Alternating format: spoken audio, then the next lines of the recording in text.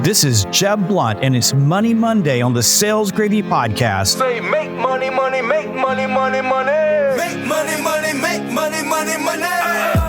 Money makes the world go round. I'm the talk around town. Remy gave me the sound. All right, it's Monday, but not just any Monday. This is the first Monday of the last month of the quarter, and the pressure is going to be on to get those deals you forecasted closed and on the board. In this pressure cooker month, remember that there are only three things you can control: your actions, what you choose to do; your reactions, how you respond to the challenges, roadblocks, conflict, and pressure that is going to be coming at you; and your mindset, what you choose to believe. And the good news is that when you change your mindset, you will change your game. You've heard me say that sales is all about talking with people.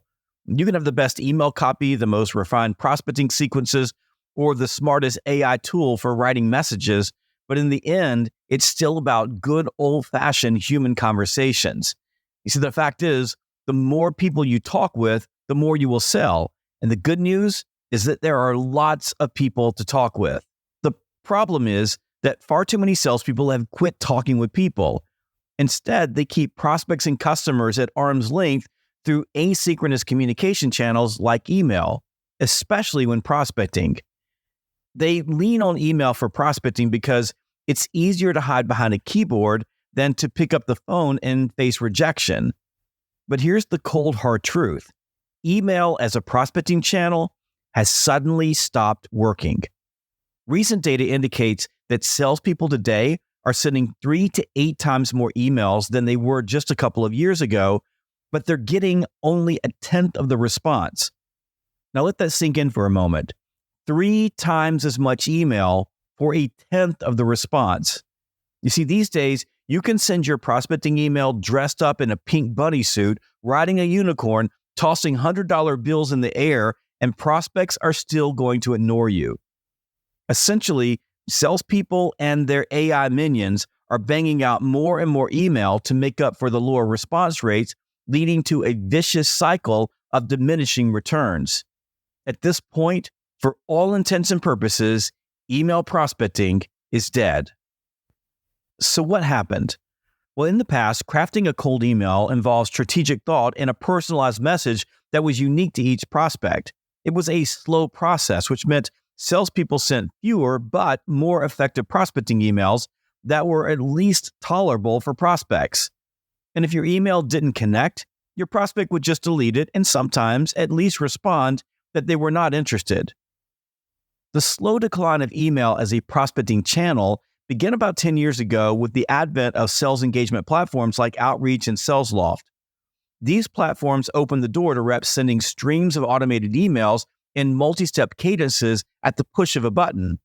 And then 2 years ago, AI burst onto the scene, and suddenly everything changed. A legion of enterprising tech entrepreneurs promised magical prospecting engines that would replace salespeople altogether. You just push a button, go to sleep, and AI does the hard work and fills the pipeline. These AI apps churn out prospecting emails using hyper-personalization, which means scraping tokens off your LinkedIn profile, grabbing a crumb of information from your Facebook feed, and then slapping that into an email to make it look human. But here's the problem. Buyers aren't stupid. The second they sniff out that a robot is behind the curtain, it completely turns them off. People don't like to be manipulated, especially by AI. And once they realize they've been duped by AI, they trust nothing else in their inbox. And because AI can send emails 24/7 relentlessly without taking a coffee break or vacation, inboxes have been flooded with this shallow AI-generated nonsense. The reality is that these platforms are basically spam machines that turn the slow decline of email prospecting into a fast-moving avalanche of pain. These AI-powered sales automation tools have scaled email volume to an extraordinary and unsustainable level. And this deluge of AI-generated email has led to a phenomenon called the Great Ignore, in which all prospecting messages, good or bad, human or AI-generated, are cast into the same bucket and ignored by prospects. And buyers are drained from all this. They're exasperated. They're exhausted with this crap. I talk to decision makers every day who say, I don't open any email from someone I don't already know. I just delete it because I don't have time for all this. And if they do open your email and see it's obviously AI text, rather than just deleting your email like they used to do, these days, they block you permanently. Think about it. How often have you looked in your own inbox and found an email with an awkwardly hyper-personalized opener that references your dog's name, a local restaurant, or a sports team? The minute you realize it's not truly personal, that it's just a cheap AI gimmick, you feel manipulated. You become cynical. You trust nothing. So you delete or block the sender. Now multiply that by thousands or millions of prospects who are doing the same thing, and you can see why email as a prospecting channel has just quit working. The root cause of this problem is that the vast majority of sales professionals rely on email as their sole prospecting channel, primarily because they fear synchronous channels like the phone and face-to-face prospecting. So rather than moving to other communication channels that are actually working, they double down and send even more emails. And as they scramble to get noticed, the consequence is paradoxical. The more they try to connect with email, the more they resort to cheesy tricks and manipulation, and the more prospects shut down and ignore them. And with thousands of sales organizations and millions of salespeople using this same approach, it's just not sustainable. And this is exactly how we ended up sending 3 times the email volume to get only 1/10 of the response rate. For you, the modern salesperson, this presents a profound challenge. How to capture attention in a world that is learning to ignore you? Well, the answer is pick up the damn phone. The phone is your single greatest secret weapon for breaking through the noise and getting the attention of spammed out prospects. The truth is that nothing will ever beat a real-time interactive synchronous prospecting conversation where you can hear their tone of voice, address objections instantly, and actually have a conversation. And the good news is that hardly anyone's calling anymore because they're scared of rejection or they assume that no one answers the phone. But guess what? Prospects do answer the phone and they will talk with you. And even if they don't answer the phone, you can at least leave a sincere voicemail message in your own voice that puts you miles ahead of the AI-generated garbage that's in their inbox.